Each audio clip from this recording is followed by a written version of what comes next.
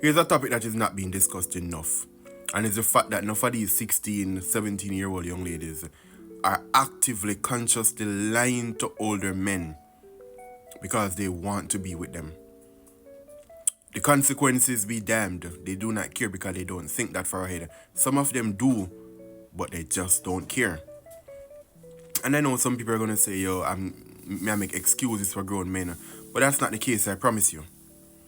I am just having a discussion and I want the discussion to be had, the acknowledgement to be had that a lot of these young ladies want these 20, 25, 26-year-old men. They know if they tell them their proper age, they will not be interested. So they lie and tell them that they're 18 and 19. And the truth is, a lot of these 16 and 17-year-olds bodies can pass for a 19 or 18-year-old. But these are just my thoughts. What are yours? Ensure that you like, follow, share, and comment. I want to hear from you.